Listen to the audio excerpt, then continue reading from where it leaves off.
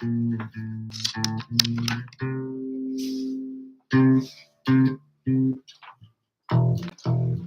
right. Running with the devil. Running with the devil. Running with the devil. Word. Hello, hello. Hello, everybody. How's it? We're having a little technical difficulties this morning with the camera, so we're just going to fly by night. We're going to just put it on the computer, see how this works out. Maybe I should move this back so we both get through here. Wonderful. So the lesson still remains the same. What we're going to be doing is looking for Paul and for I to be able to put our fingers in the right positions. And if you're playing along at home, awesome. We do this weekly, and we pick up one concept, and we go over a concept from the week before. And eventually, it just starts making a little bit more sense each time. Cool?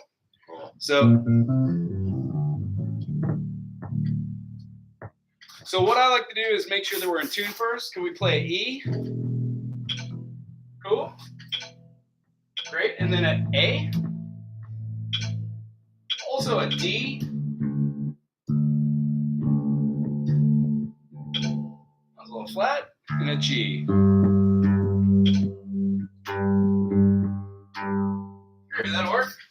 And the reason why I like to say the names of the strings out loud, it really helps me kind of understand if this is a low E, it's our fourth string. I'm sorry, our fourth string. That a F note is going to be a half step away. And there's two interesting things that I'd like to talk about right now that just correlate with the C major scale. In the key of C, there are no sharps and flats, meaning we don't say C sharp, D flat, F flat, they're just all natural notes. So they have no prefix, no accent. So it's C, D, E, F, G, A, B, C. Cool? What we had talked about was playing the C and the C as being an octave. And we'd actually heard the C to a D, to an E, to an F. And I think that may be where we kind of stopped. And what I wanted to do is make sure that when we're going up the bass and we're using this first finger on the third fret and playing the C, nice, and then we go up a whole step, we're going to the D. Another whole step is going to go to the E, and then we're going to go a half step for that F. The note of contention that I'd like to bring out is in the key of C, in almost every key, there's a half step that makes our do, re, mi, fa, sol, la, ti, do. It happens between the 3 and the 4 interval, and then the 7th interval to the resolve of the octave. Cool? So when I play it this way, C to a D obviously looks like a whole step, because if not, we would have gone to that fretting right in between on the 4th fret, right? So 3 to 5 makes a C to D. When we go to the 2nd fret on the D string, we get an E note. The reason being is that's a D string, D, D sharp, or E flat, then E.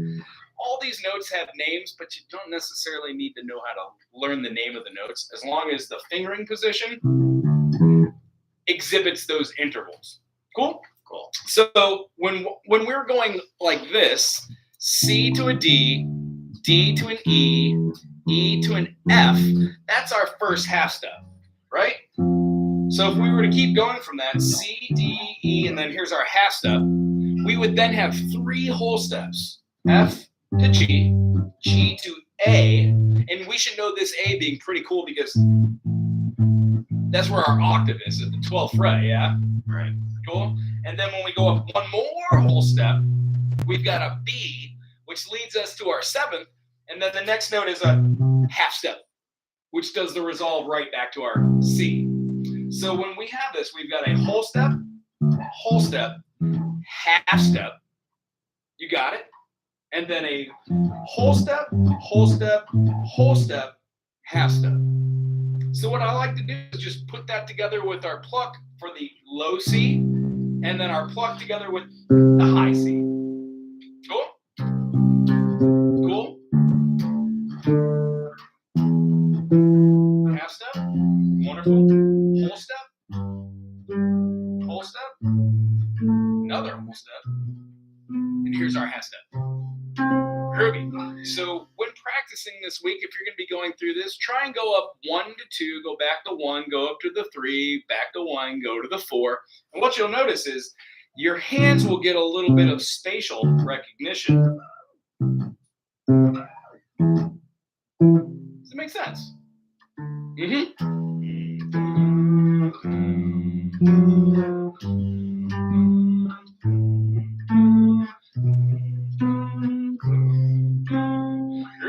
And now let's try and do two notes up. So we do like a C, D, C, E, C, F. The reason why we do that is you already know how to do C, D, E, and then F, but it's a little harder to go from C to F. So we practice that. Right, and then can we do a jump just from our C? Wonderful. Groovy. And then if we could do a C to an F, then we most definitely could do a C to a G. Wonderful. And then here comes the part. Practice and then fun. So if you're hanging out and you're doing...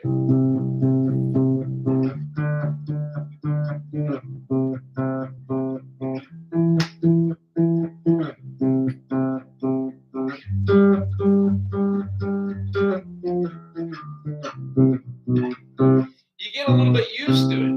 Why did I go down here to this one? Well, it's the same thing as this. I don't have to use the one up here. I have to use the one down here. So what we'll notice is there's two schools of thought on when using this. This is just a practice exercise. It gets our fingers strong doing the plucking with both thing like we're walking the bass. And then the second thing, it gives a little bit of fretboard recognition. One thing we can do when we've got our one and our octave is notice that our fifth is right in between. And as a bass player, my 1, 5, and for those of you at home who don't understand why I'm saying 1 and then 5, I'm in the key of C. I'm just talking about intervals. C is my 1. When I go to D, that's my major second. My minor second. When I go to my E, that's my minor third. My fourth note is my major fourth, perfect fourth, which is an F. My fifth note is a G. So when I say it's a 1-5-1, it's a C, G, C. It just so happens on bass, when we play those three notes together, they give us a very powerful chord called a 5 chord. Can you hear that? Nice. Love it, right? It's just so super thick. Heck, you can even put this note right below it and get that G. Yeah, that is also the same as this G. Now we're stretching. Now it's a stretch. And that's super cool, right? So the takeaway from this, just the beginning, today we're going to implement an idea called a thump. We've previously spoken about playing with the two fingers to get this like walking bass line, this groove. Last week's example was a bebop Dorian blues kind of movement. So let's just cover that really quick to talk about the notes so we can go through that. C. Yeah, and can we do this? Can we play that C with the second finger and then play our first finger on the second fret for that E? The transition just seems to be a lot easier to go boom, boom, boom, boom, rather than boom, boom, boom, boom, and have to move that finger. I dig it. And also, it works really well with our spider exercises. I don't think we warmed up this session with those, but for those of you who have seen this, we basically take our first finger, wonderful, and our second finger and our third finger and fourth finger, and we just walk these up in quarters. Whenever we get to the top on the fourth fret, we go all the way back down to that low E string. This is a great way to warm up your fingers for like 2, 3, 5 minutes before you even start playing every single time. Wonderful. And once you get really accustomed to doing them, you can do them backwards too, or you could do finger exercises like do a 1, 3, 2, 4. Mm-hmm. 1, 3, 2, 4. We just use the different fingers to play the same notes. Then you can scoot up and do the same thing. This just teaches you to get a little bit more ambidextrous with your fingers and play with same notes, different fingerings have different feeling, and then you move around the bass in a different way. So just going back here, second finger on that C, first finger on the E, and then we're big stretch all the way out so our pinky goes out to the 5th fret and plays that same string. Nice. Same string as our first finger. So 1, 2, 3, 4. Oh, there it is. Cool. And if you find yourself like doing one of these numbers, holding the fret, and then the fingers just trying too hard to go out here, try and do me a favor. Take a deep breath and shake out this elbow a little bit, and then think about where our thumb is. The thumb should never be like laying down on the back here. It quite literally should just be like floating on the back, putting straight up. Your little thumb should peek right over the top. If you got big old mitts, sometimes your fingers will go over the top of this. There's nothing wrong with that. You can do that if it works to your advantage. So let's just get these double pop notes. So these eighth notes. So we'd have a eighth note, and then big stretch for the pinky up on the G note on the 5th fret of that note. Cool. And then right back down to that E, and then to the C again. When we put this together with a groove like bum bum bum bum bum bum bum bum bum bum bum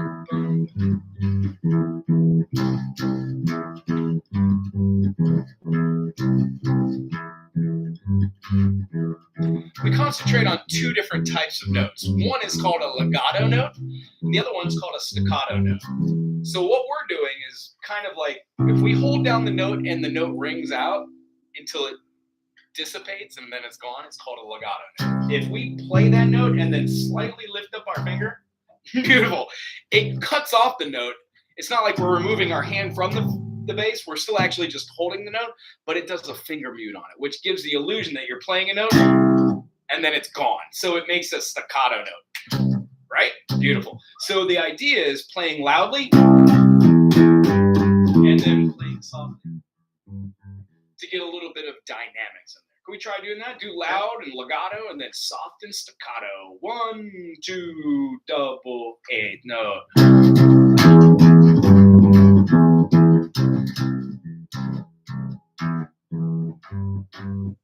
Nice. Loud. Now quiet. Cool. That's the whole exercise. If you do that for about 5 minutes, make the first one loud and then the second one a little bit less loud and more precise by taking our fingers off of that fret, you can move that anywhere. If we're in C and we're doing a C to an F, C to a G, we would have, since we know that C was our root and we were playing in a C major, and now we're doing a F major, this will be weird because we're going to incorporate the open A note, but it's the same movement. First finger on the 1st fret for the F, and we get a 8th note, and then open A, yep, and then C, and then back to open A, then back to F. Notice how those two, 1st fret. Beautiful. And notice how those two fit together when we're doing this. Here's what it'll look like over the top. We'll have like a C, F, back to C, then to a G, back to a C. I'll explain what these bar chords are later. I just wanted to set the groove for us. So if we had C, and we're going to be doing our 1 1 3 3 5 5 3 3 1 1 3 3 3 5 5 3 3 1 1 3 3 5 5 3 3. Here's the switch to the F. F F. Cool. Sorry about my fist. 1 and 3. And then open A is our major third. And it feels weird because the other time around we were actually using our 1st finger to play that major third. This time it just happens to be an open note. If you were to take that same F and play it up here, you'd be doing the same thing we're doing here, right? We're just utilizing it. So the 3rd form wouldn't be on the F, but on the G, and it would look exactly like the aforementioned C. So we would have, let's do it with our 2nd finger. G, G, B, B, and then D, D. So at this point, we should realize that the C, E, G feels a whole heck of a lot like the G, B, D. And once again, not to confuse you with all these silly names, but we could just go right here on the 3rd fret.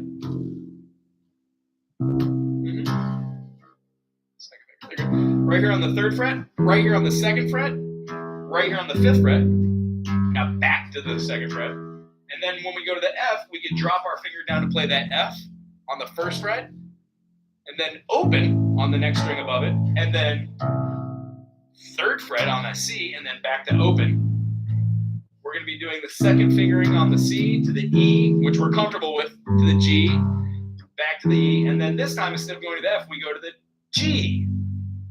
You got it, and then the B, and then the D, 5th fret, there it is. Try and jump with that pinky if you want, just to keep it consistent, and then back to there. The reason why I say that to the pinky is it actually is those numbers of fingers away. And if you've been playing your Spidey exercises, it should kind of feel good. Here's what the whole thing looks like in fast forward. I don't want to waste much time on it, but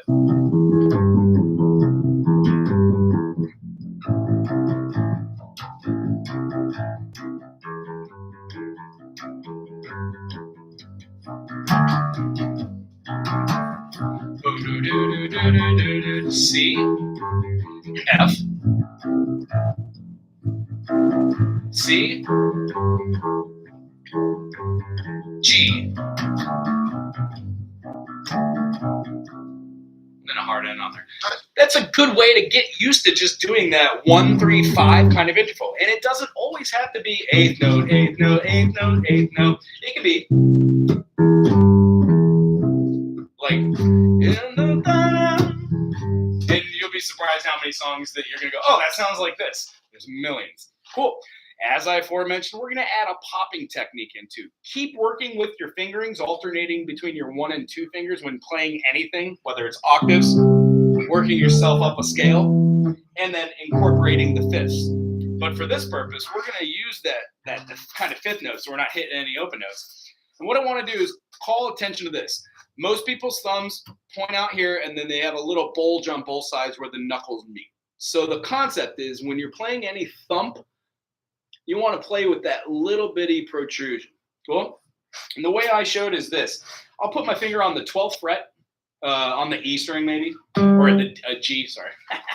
So right here. And what we're going to do is I want you to play that note with your finger and hear it. And then I want you to take your thumb and do the same thing right on top. So this hand, on your thumping hand, you got it. I want you to put it right on there.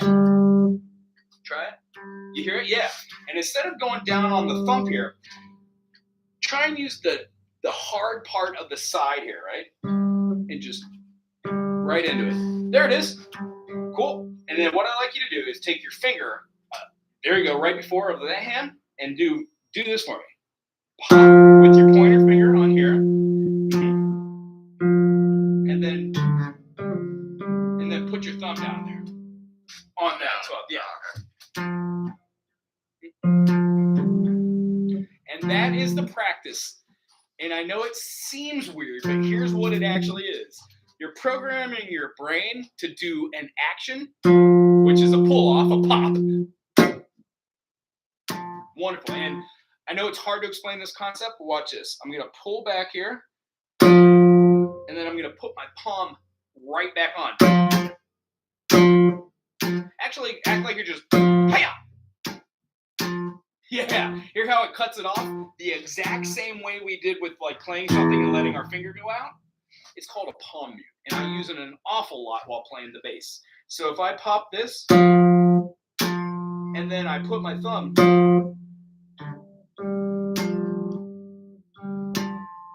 it does two things. It teaches you how to do a pop, mute it, and then take your hand and put it on a note so it lasts. And if you remember at home that we were talking about this, the actual note that you're hitting is a type of note called a legato note. It means that note is going to keep going. The purpose of what I just showed you is quite literally just get used to going and touching the strings with your other hand. Necessarily, you're not going to do your pop notes over here like you're going to be doing most of your popping down here over the top of your pickups or right at the end of your frettings. Yeah, so in this area is great. I tend, when I'm playing like lower notes down here, that I pop them right here at the end of where this is, almost as if I'm smacking down there. But the purpose is you want it to feel exactly like it felt here. There isn't a difference between where you're going to be hitting these notes. Cool, and it should feel awfully weird to play with that right now. Cool? But what it does is it lines you up to that point where the sensitivity goes away and you actually start honing in on that. And I'm going to get a little bit closer to show this, but when I do something like that pop, let's say we're doing it on the C aforementioned, that C major. If I did this, I would have something like a down note where I'm going down into it. And then that octave note up here, my other finger would come through to pop it. So I would have like a downstroke and then a upstroke. So what happens in the purpose of this, we would have absolutely, and then the precision comes in with the pop and then the pull off. Cool. And we'll try this. Act like there's an imaginary ping pong ball, golf ball, softball, depending on how big your hand is, and it actually quite literally is rotating like this. Yeah, so remember the karate chop? Karate chop right here, and then take your hand, lay it down, and then pull it all the way back. There you go, and then focus on that thumb doing this. And what you do is you kind of get rid of the whole hand, and you just focus on the arc, yeah. Does that make sense? Yes. Okay, cool. The weirdness comes is making your big old meat mitt do exactly what you want it to do. And it comes down to playing with precision. So the aforementioned C, D, E, F, G, A, B, C is a great way to go. And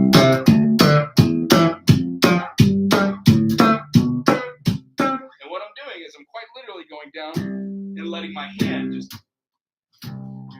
yeah. Mm-hmm. And do you feel how solid it is, kind of? It's almost as if the connection between that thumb and your pointer finger are just rock solid. It is. Cool. I don't know how to explain it other than when you move up the fretboard, you kind of feel the vibration in your finger. So it helps you know where you are on the fretboard. If you're playing no sight, no vision, no feeling. If you're on a brand new bass, you've never felt it before, and you just went, you'd be like, oh, I'm in the middle of the bass, not at the lower end of it. So the takeaway for this week, what we're doing is we're implementing an idea where we pop and then pull. This is a very standard way to get away with a lot of really cool, funky bass lines. Starting with C and then having our third finger and or pinky, depending on how you like to play your octaves. The concept is pull this hand away and then come back and hit the note, the string that you're playing on the C. For this one, it would be the A string. So we've got the A string, and if you just want to play your finger on that C note and just do this, and you want to make sure that that's right down in the middle, nice, and try and get this kind of note out. There it is. Do me a favor, may I touch it? Right here, try and get this guy right there to come into contact there, and then immediately pop it back out. That's it. That's perfect. Yes, that's exactly it. Yep. And now you just kind of put it with, you're feeling it. It's weird, isn't it? Yeah, very weird. So the concept is if you could do like, this is a C right here, and we already talked about C, D, E, F, G, A, B, C. So if we take this B down here to that C, something magical happens.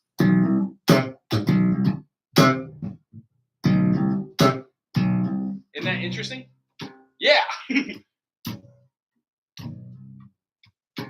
Really? So you'll rock it out. So here's what we're looking at. We were playing our octaves with our first finger and our pinky, right? Yeah. So let's just go down to the B right here. Right, and try this.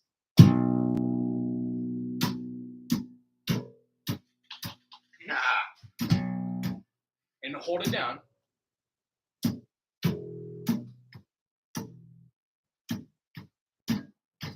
This is going to take some practice. It will, but here's the idea. When you have the concept of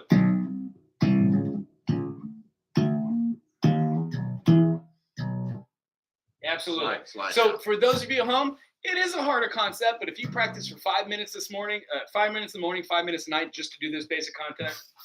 Let me get right up here and there. Play this C. We're going to go from C to D to E to F to G to A to B to C. When we do this, we're going to be playing, quite literally, pulling our hand away, taking our thumb and popping it down. And it should be a quick pop, and then you pull your hand off. And the whole motion should be like this. Whop, whop. I curl my fingers in so I get a little bit more action. I'm not all the way out there. And it ends up being something along these lines.